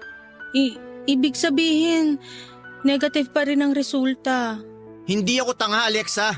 Alam kong ibig sabihin ng isang guhit na yan. Ang ibig kong sabihin, bakit hindi ka pa rin buntis? Hindi ko alam. Paano hindi mo alam, may katawan mo yan? Alexa, 2 beses sa isang buwan ka mag-pregnancy test. Pero puro negative naman na lumalabas na resulta. Anong magagawa ko kung ayaw talagang mag-positive ng resulta? Eh di ba ang sabi mo kagabi, delayed ang regla mo? Oo, pero isang araw pa lang naman akong delayed. Saka sumasakit na rin ang puson ko ngayon. Baka mamaya lang reglahin na rin ako. Sana pala hindi mo na lang sinabi sa akin para hindi na ako nagmukhang tanga na umaasang buntis ka. Pasensya na, Arnold. Nadulas lang naman ako nang sinabi kong hindi pa ako dinadatnan. Puro ka nalang pasensya. Siguro hindi mo sinusunod mga bili ng doktor sa'yo, no? Siyempre sinunod ko. Iniinom ko nga lahat ng gamot na nireseta niya sa akin eh. Eh bakit nga hindi ka pa rin nabubuntis hanggang ngayon? Doktor naman ang nagsabi na kailangan lang nating timingan ng pagsisex para makabuo tayo ng baby. Anong timing pa ba ang kailangan? Eh halos 1 taon na tayong sumusubok pero wala namang nangyayari. Nakakapagod ang umasa, alam mo ba yon? O bakit? Ikaw lang ba napapagod? Ako rin naman ah. Mas pagod pa nga ako sa'yo kasi ang dami kong iniinom na kung ano-anong gamot para lang mabuntis ako. Kulang pa kasi ang effort na ginagawa mo.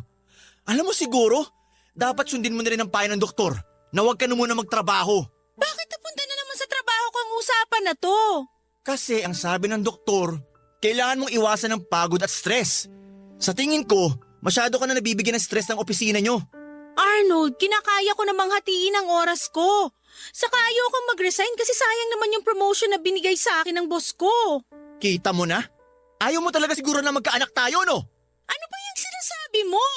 Totoo naman, di ba? Kasi kung gusto mo talagang makabuo tayo ng bata, susundin mo lahat ng pinayo ng doktor sa'yo. Kasama na doon ang pagre-resign mo sa trabaho. Baka naman nakakalimutan mo, Alexa. Yang trabaho mo rin ang dahilan kung bakit nawala ang anak natin. Kung hindi dahil sa pagmamatigas mo noon, edi sana kasama pa rin natin si baby ngayon. Papadudod ilang beses pa kaming sumubok ni Arnold na gumawa ng baby pero palaging negative ang lumalabas sa pregnancy test kapag nade-delay ako. Yun ang palaging kinakagalit sa akin ng asawa ko. Hindi ko raw kasi sinusunod ang sinasabi ng mga doktor kaya raw siguro ay hindi kami makabuo ng bata. Minsan din ay sinasabi niya na baka sinasadya ko na hindi mabuntis dahil ayaw ko naman daw talaga. Hanggang sa mauuwi na naman sa pagtatalo ang paninisi niya sa akin dahil sa pagkawala ng baby namin. Sobrang sakit din naman para sa akin nang makunan ako pero pakiramdam yata ni Arnold ay siya lang ang nawala ng anak. Palagi niyang pinamumuka na kasalanan ko kung bakit nawala si baby sa amin. Alam ko na sabik talaga siya na magkaanak kami. Pero sinasabayan ko naman ang effort na ginagawa niya. Dahil kahit ako ay gusto ko na rin na magkaroon kami ng anak. Iniinom ko lahat ng gamot na nire-reseta sa akin ng doktor at nag-i-exercise din ako kahit na hindi ko yung ginagawa dati at kumakain ako ng masusustansyang pagkain. Pati nga ang posisyon sa kama na sinabi ng doktor pagdating sa pakikipag-romansa ay sinunod ko na kahit pa nahihirapan ako. Pero wala talaga, hindi pa talaga binigay sa amin ng Diyos noon ang oras para muli kaming magkaroon ng anak, Papa Dudu. Ang mga kwento ng pag-ibig, kwento ng buhay at kwento ng pag-asa. Nasa Spotify na, Barangay Love Stories. Pakinggan kahit kailan, kahit saan. Barangay Love Stories sa Spotify. Kinig na, kabarangay! Papa Dudut, habang tumatagal ang pagsasama namin ni Arnold mula nang makunan ako ay mas dumadalas din ang pagiging mainitin ng ulo niya. Mas nagagalit siya kapag lumalabas na negative ang resulta ng pregnancy test ko. Nung una, madalas siyang sumasama sa akin sa ospital para magpa-check up kami at humingi ng payo sa doktor pero hindi nagtagal. Ako na lamang ang mag-isang pumupunta doon. Hanggang sa sundin ko na nga ang payo ng doktor na umiwas sa stress sa trabaho. Kahit ayoko talagang mag-resign dahil kaka-promote ko lang din noon ay sinunod ko na lamang ang payo niya at ang gustong mangyari ni Arnold na iwanan ang trabaho ko. Papa Dudut, akala ko kahit paano ay magiging maayos na ang pagsasama namin ni Arnold dahil sa ginawa ko. Umasa po ako noon na babalik na ang dating ugali ng asawa ko na mabait, malambing at mapagmahal. Bumawi rin ako sa mga pag-aasikaso ko sa kanya. Palagi ko po siyang pinagluluto ng masasarap na pagkain at pinagbabaon ko pa nga siya para sa trabaho niya. Ako na nga rin ang madalas na nagyayaya sa kanya na may mangyari sa aming dalawa dahil gusto ko na rin talagang maibigay sa kanya ang anak na matagal na niyang gusto na magkaroon kami. At gusto ko na rin talagang maibalik ang dati naming masaya na pagsasama. Pero hindi pa rin po yun nangyari lalo na nang magsimulang malulong si Arnold sa alak. Doon na rin siya nagsimulang saktan ako ng pisikal. Uuwi siya ng lasing sa madaling araw, mainit ang ulo at kapag nagkasagutan kami dahil sa pagkalasing niya, masasampal na niya ako o kaya ay matatadyakan. Lahat yon ay tiniis ko pa rin, Papa Dudut. Dahil patuloy akong umaasa noon na babalik pa rin ang lalaking sobra kong minahal, Papa Dudut.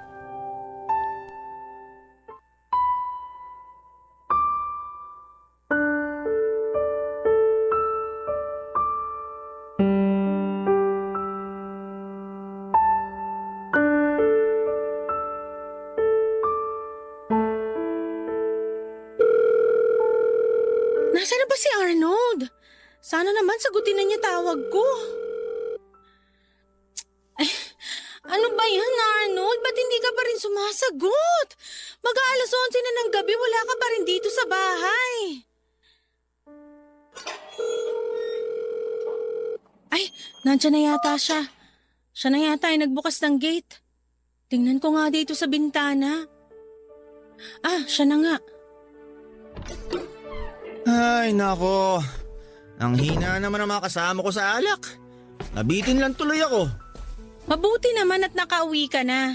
Oh, bakit gising ka pa? Hinihintay lang naman kasi kitang umuwi. Alam mo ba kung anong oras na? Wala ka bang mata para tingnan ng oras sa relo mo? Huwag mo akong pilosopuhin, Arnold. Kanina pa kita tinatawagan pero hindi mo sinasagot. Hindi ko alam kung nasa ang lupalop ka na ba o kung uuwi ka pa dito sa bahay natin. Sino ba kasing may sabi na hanapin at hintayin mo ako? Asawa mo ko. Natural lang na mag-alala ako sa'yo dito sa bahay natin. Asawa nga kita. Pero hindi mo naman ako mabigyan ng anak. Anong sabi mo? Tumabi ka na nga lang dyan sa dadaanan ko. Gusto ko na magpahinga. Hindi! Gusto kong marinig uli yung sinabi mo kanina. Tumahimik ka na dyan, Alexa. Pagod ako sa trabaho. Kaya wag mo nang painitin palalong ulo ko. Arnold, bakit ba palagi ka na lang ganyan? Palagi ka na lang umuwi ng malalim na ang gabi tapos lasing pa.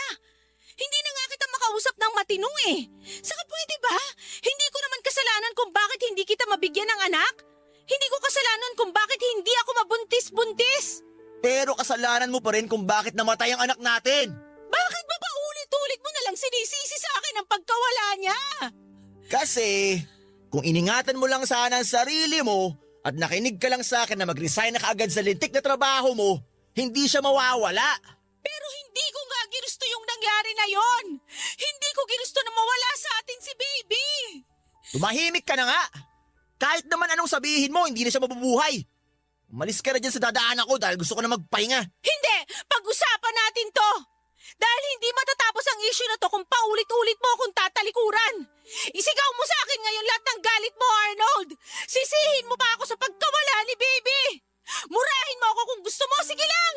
Yun naman talaga ang gusto mong gawin, di ba? Isigaw mo na sa akin, saktan mo na uli ako nang matapos na to! Sabi ng tumahimik ka na, Alexei! Naririnig na ako sa'yo! Dada ka ng dada!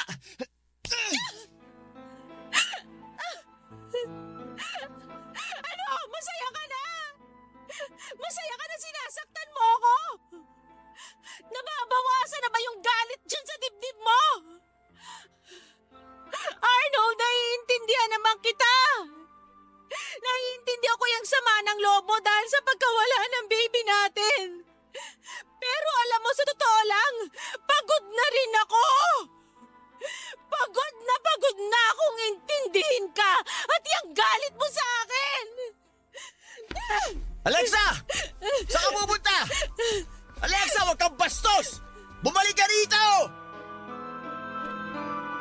Papadudot, lahat naman siguro tayo ay marunong mapagod at lahat ng pagtitiis ay may hangganan. Masyado nang mabigat ang mga pinagdadaanan ko sa kamay ng asawa kong si Arnold.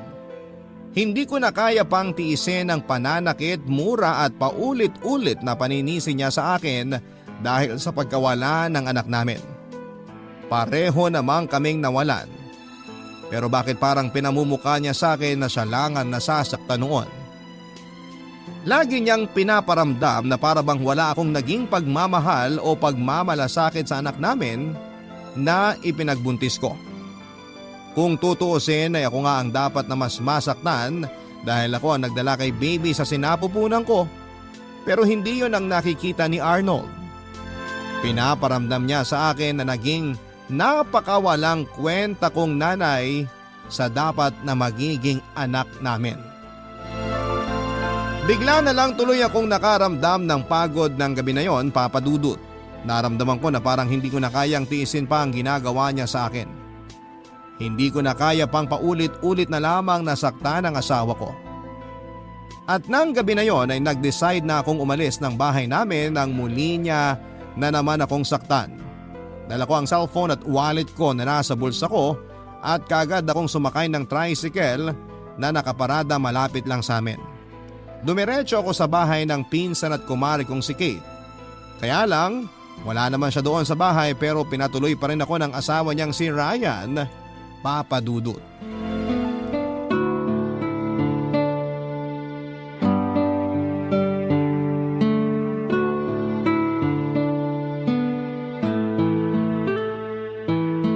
Naku Alexa, pasensya ka na kung hindi ako makakauwi ng bahay ngayon. Tulog na rin kasi ang mga bata dito sa bahay ni nanay. Ayos lang, Kate.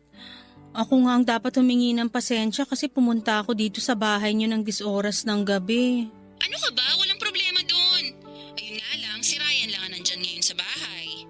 Nahihiya nga rin ako dito sa asawa mo. Ayoko na rin sanang tumuloy nung malaman ko kanina na wala ka pala dito. Kaya lang wala naman akong ibang mapupuntahan ng ganitong oras. Kaya nga dyan ka na magpalipas ng gabi sa bahay namin. Uuwi rin naman kami ng mga anak ko bukas ng tanghali. Ang sabi mo wala kang nadalang gamit, di ba? Oo, wallet at cellphone ko lang ang nabitbit ko nung umalis ako ng bahay namin. Kumuha ka muna sa mga pambahay ko dyan kung gusto mong magpalit ng damit.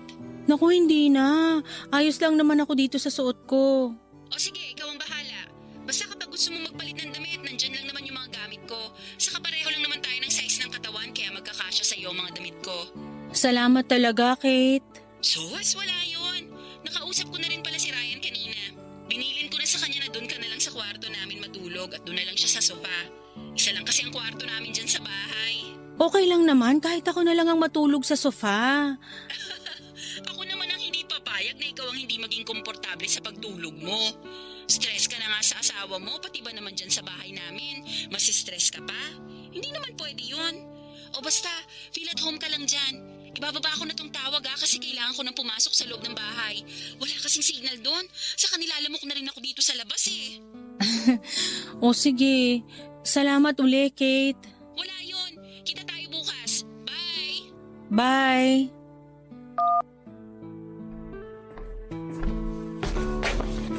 Alexa, kumain ka muna oh. Pasensya na kung pritong itlog at longganisa lang tong naluto ko. Ito na lang din kasi ang laman ng ref namin. Oh, eto. Ayos lang, hindi ka na dapat nag-abala pa. Hindi rin naman ako nagugutom. Nako, kailangan mong kumain. Kahit konti lang. Kung hindi, lagot ako sa misis ko kapag nireport ko to sa kanya na hindi mo ginalaw tong mga niluto ko.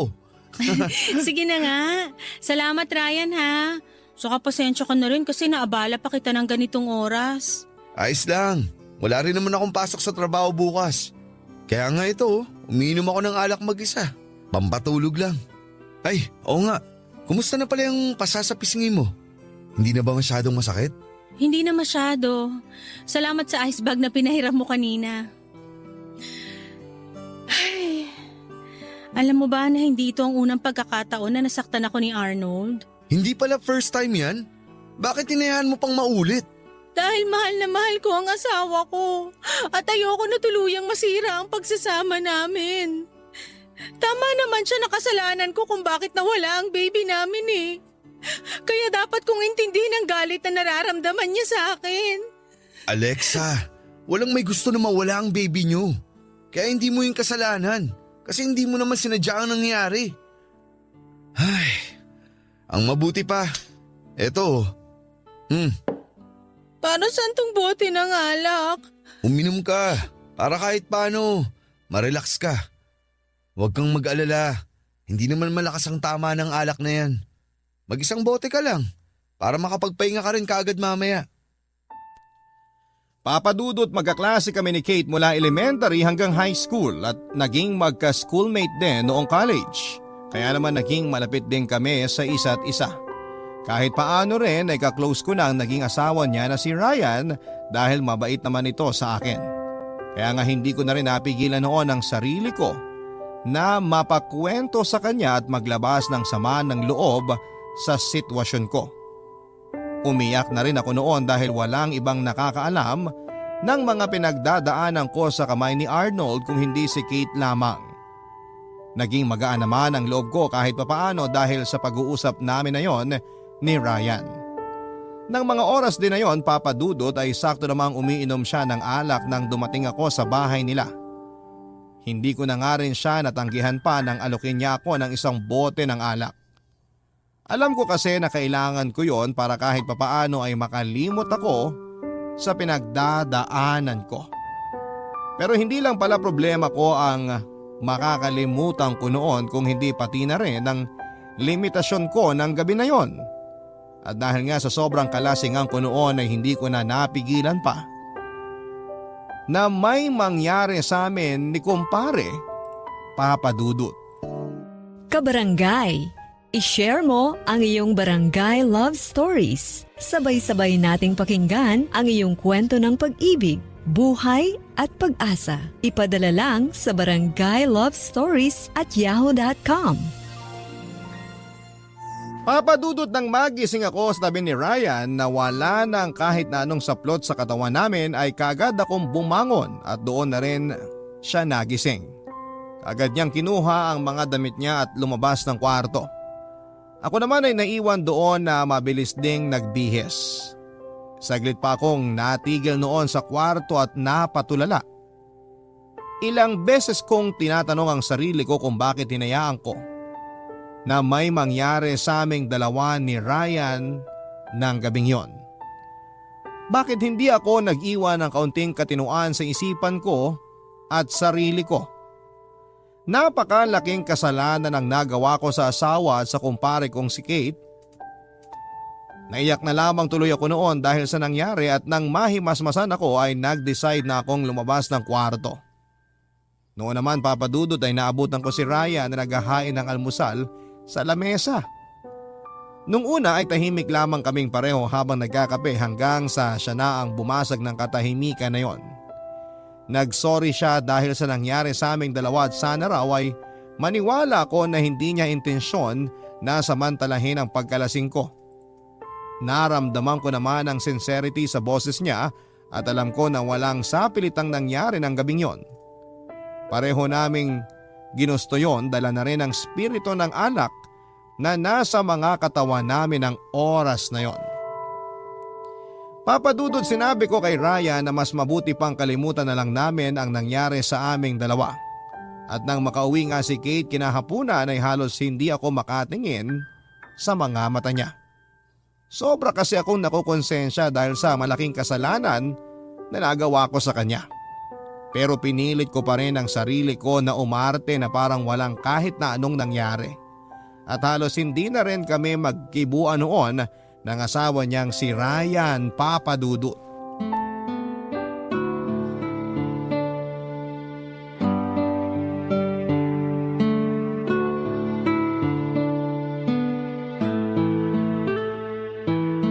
Naku, ano ba naman yung pasamo sa pisngi, Alexa?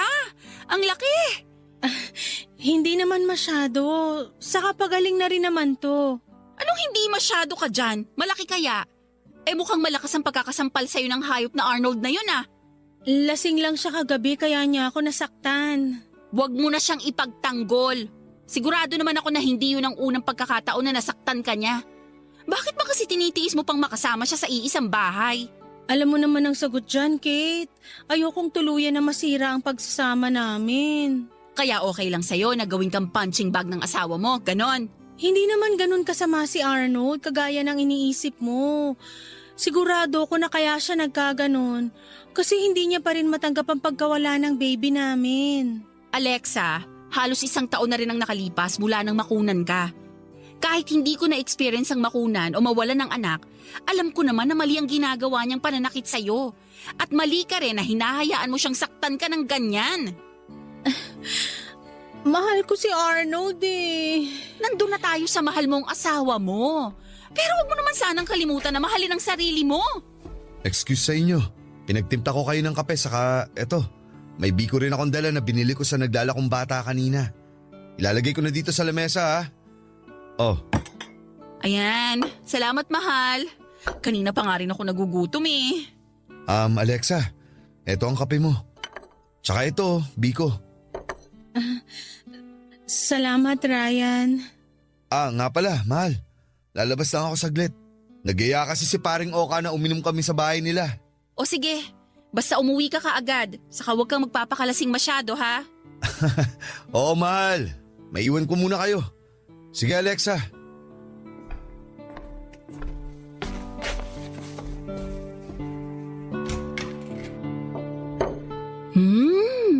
Ang sarap talagang magtimpla ng kape ng asawa ko. Mabalik tayo sa pinag-uusapan natin, Alexa. Ikaw ha, ayokong maririnig sa'yo na plano mo pang balikan yung gago mong asawa. Nandun na tayo sa nagluluksa pa rin siya sa pagkawala ng baby nyo. Pero hindi naman siya pwedeng habang buhay na ganun. At hindi rin pwede na sa tuwing magagalit at malulungkot siya, basta ka na lang niya sasaktan. Alam mo kung tutuusin, pwede mo nga siyang idemanda dahil sa ilang beses na pananakit niya sa'yo. Sakto kasi may kakilala akong abogado na pwedeng tumulong sa'yo. Ano, gusto mo ba tawagan ko na siya? Oy! Alexa! Aha? Ayos ka lang ba? Oo naman. Ayos lang ako. Bakit parang bigla ka na lang natulala dyan? Ano bang iniisip mo? Oh, wala. Ayos lang talaga ako. Sigurado ka? Oo. May gusto ka bang sabihin sa akin? Wala! Ang ibig ko sabihin, alam mo naman na yung nangyari sa amin ni Arnold. Kaya ano pa bang dapat kong ikwento sa'yo? Wala naman. Nagtaka lang ako kasi parang bigla ka na lang natulala dyan. Kanina naman maayos tayong nag-uusap. May naaalala lang ako kaya siguro parang bigla na lang akong natahimik. Ay naku, kung ano man yung iniisip mo, sana hindi yan tungkol sa plano mong balikan yung gago mong asawa. Pag nagkataon ako, makakalbo na talaga kita kahit ninang ka pa ng panganay ko.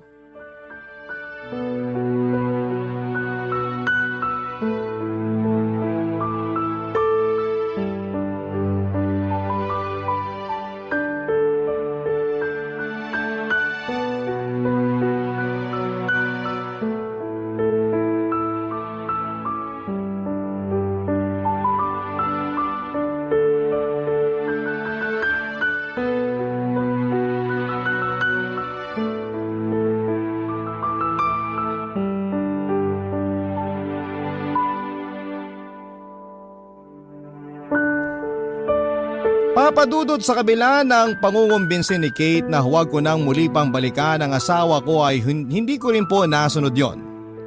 Dumating din kasi si Arnold sa bahay ni na Kate para humingi ng tawad sa akin. Nalaman niya raw sa isang pinsang ko na nandun ako kina Kate kaya doon din niya ako pinuntahan. Papadudot nakiusap si Arnold at halos umiyak at paulit-ulit na humingi ng tawad na tinanggap ko rin sa huli. Lumuhod na rin kasi siya noon sa harapan ko at hindi ko na nga rin napigilan ang sarili ko na maiyak. Nang ipaalala niya sa akin ang pangako na binitawan namin sa araw ng kasal namin sa simbahan. Na magsasama kami sa hirap at ginhawa at sinabi niya noon na gusto na niyang muling tuparin yon. Bumalik din tuloy sa isipan ko ang masasayang mga araw na magkasama kami at kung gaano siya naging mabuting asawa bago nawala ang anak namin. At doon na nga ako tuluyang nag-decide na sumama na sa kanya pauwi ng bahay namin. Papa Dudut, tinupad ni Arnold ang pangako niya na magbabago na siya at babawi na sa lahat ng mga naging pagkukulang at pagkakamali niya sa akin. Sinabi niya sa akin na kung gusto ko raw na bumalik sa pagtatrabaho ay hindi na raw niya ako pipigilan. Siya na nga rin ang madalas na nagluluto sa bahay namin kahit pagaling siya sa trabaho o kaya ay bago siya umalis ng bahay. Madalas din siyang may pasalubong na mga pagkain sa akin kapag umuuwi siya. At dahil nga sa effort na ginawa niya ay bumalik na rin ang pagmamahal at tiwala ko sa kanya. Muling naging maayos ang pagsasama naming dalawa. Pero hindi pala doon natatapos ang pagsubok sa relasyon namin dahil nakaramdam ako ng kakaiba sa katawan ko na hindi ko nagugustuhan nung umpisa pa lamang, Papa Dudut.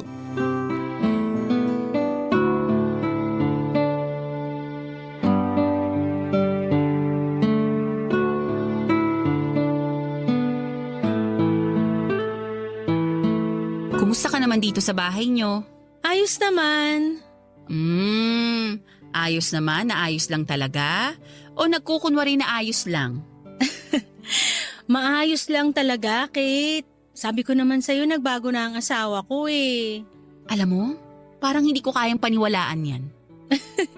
Kaya ba palagi mo akong pinupuntahan dito sa bahay namin? Bukod dito sa masarap na merienda na palagi mong hinahanda kapag bumibisita ako, isa rin talaga sa mga dahilan kung bakit nandito ako, gusto kong makasigurado na hindi ka na sinasaktan ng gago mong asawa. Kate, wala ka nang dapat alalahanin sa akin. Mula nung bumalik ako dito sa bahay namin, hindi na talaga ako sinaktan ni Arnold. Never na rin niya akong nasigawan kahit isang beses. At siya pa ang mas madalas magluto kasi gusto niya raw talaga na makabawi sa akin. Naks naman, mukhang sineseryoso niya talaga ang pangako niya sa'yo ah. Pero wala pa rin ako masyadong tiwala sa asawa mo. Baka sa umpisa lang yung pagbawi ng pinapakita niya. Tapos sa mga susunod na araw, bumalik na naman siya sa pagiging walang hiya niya. Ikaw talaga, Kate. Ang hirap pong hingian ng sorry. Ganun talaga. Kapag nasaktan na ako, matagal bago ako magpatawad. Kaya nga takot lang ni Ryan na gumawa ng kasalanan sa akin. Uy, Alexa! Ayos ka lang? Sandali lang ha. Magbabanyo lang ako.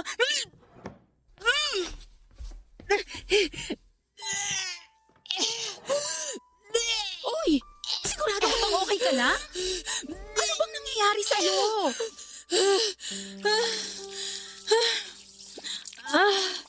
Wala lang to. Sumama lang bigla yung timpla ng tiyan ko. Sumama lang ba talaga ang timpla ng tiyan mo? O may iba kang gustong sabihin sa akin? Kilala kita, Alexa. Alam ko kapag may tinatago ka sa akin at hindi masabi-sabi. Kate, ang totoo kasi, buntis ako.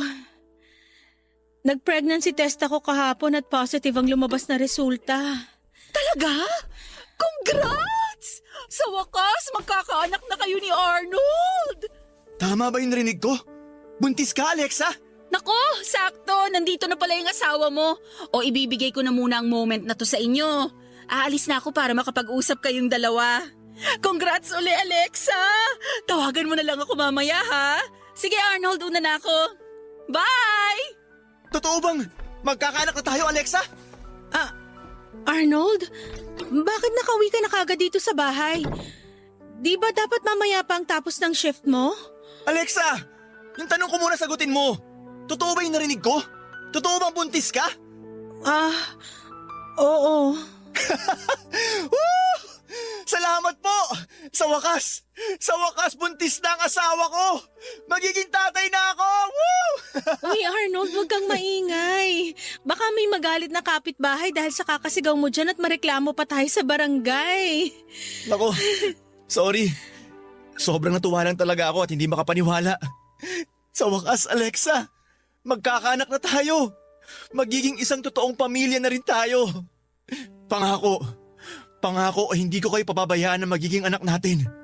Gagawin ko ang lahat para maging isang mabuting asawa sa'yo at tatay sa anak natin. Asahan mo yan, Alexa. Kahit kailan, hindi ko sisirain ang pangako ko sa'yo. Papadudot ng madelay pa lang ako noon ay bigla na akong nakaramdam ng kakaibang takot at kaba. Hiniling ko noon na sana ay hindi tama ang hinala ko at hindi mangyari ang nasa isipan ko. Pero mas lalo lamang lumakas ang kaba ko nang may lumabas na 2 guhit sa pregnancy test kit na ginamit ko noon. Gusto ko pa sanang ulitin kaagad yon pero alam ko na kaagad sa sarili ko na tama ang resulta na lumabas doon. Buntis talaga ako sa pangalawang pagkakataon. Alam ko na dapat ay maging masaya ako kagaya ng asawa kong si Arnold Papadudut kahit mahigit 1 taon din namin hinintayon mula nang makunan ako. Pero may mali kasi sa nangyayari na yon dahil sigurado ako na hindi si Arnold ang ama ng pinagbubuntis ko. Malakas ang kutob ko na ang kumpare kong si Ryan ang totoong ama ng batang nasa sinapupunan ko noon. Pero wala akong pinagsabihan na kahit na sino tungkol sa bagay na yon. Kahit pa nga kay Ryan ay hindi ko sinabi ang hinala ko. Naging sobrang saya rin naman ni Kate nang tawagan ko siya at sabihin ko na totoo nga na buntis ako. Sinabi niya na ang anak daw namin ni Arnold ang magiging daan para tuluyan na kaming maging isang masayang pamilya ng asawa ko. Papadudot nang makapanganak ako ay doon ko nakumpirma sa sarili ko na hindi talaga si Arnold ang tatay ng baby ko. Wala man lang itong kahit na anong namana sa itsura niya. At kung pagmamasdan siya ng mabuti malaki ang pagkakahawig niya kay Ryan. Hindi tuloy buo ang sayang nararamdaman ko noon dahil sa pangyayari na yon at paano ako magiging totoong masaya kung ang tatay ng anak ko ay ang kumpare namin ng asawa ko. Hindi ko alam kung paano nangyari na parang naramdaman din ni Ryan na siya ang tatay ng anak ko. Dahil minsan niya akong kinausap tungkol dito. Tinanong niya kung sino raw ba talaga ang tatay ng anak ko at syempre maring ko yung tinanggi. Paulit-ulit kong sinabi sa kanya na si Arnold ang tatay ng baby ko. Kaya naman kaagad niya rin akong tinigilan. Papadudot ngayon ay magta3 taon na ang anak ko at habang lumalaki siya ay mas lumalabas ang pagkakahawig niya kay Ryan. Nagiging dahilan din yon para lamunin ako ng takot at konsensya. Hindi ko na tuloy alam kung ano pa ba ang dapat kong gawin. Dapat ko bang sabihin na kay Arnold ang totoo kahit sobra na siyang napamahal sa anak ko? Naging mabuting kaibigan sa akin si Kate at sigurado ako na masisira ang pagkakaibigan namin kapag nalaman niya na may nangyari sa amin ang asawa niya. Pero hanggang kailan ko dapat itago ang lihim na ito? Hanggang kailan ako magsisinungaling sa kanilang lahat? Sana po ay matulungan niyo po ako sa problema kong ito at maraming salamat po sa pagpili nitong sulat ko. Ang inyong forever kapuso at kabarangay, Alexa. Ang buhay ay mahiwaga, laging may lungkot at saya. Sa Papadudut Stories, laging may karamay ka. Mga problemang kaibigan, dito ay pakikinggan ka. Sa Papadudut Stories, kami ay iyong kasama. Dito sa Papadudut Stories, ikaw ay hindi nag-iisa.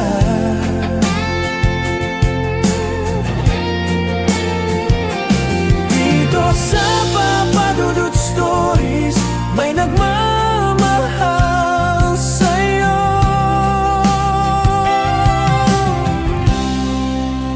Papadudut Stories, Papadudut Stories, Papadudut Stories.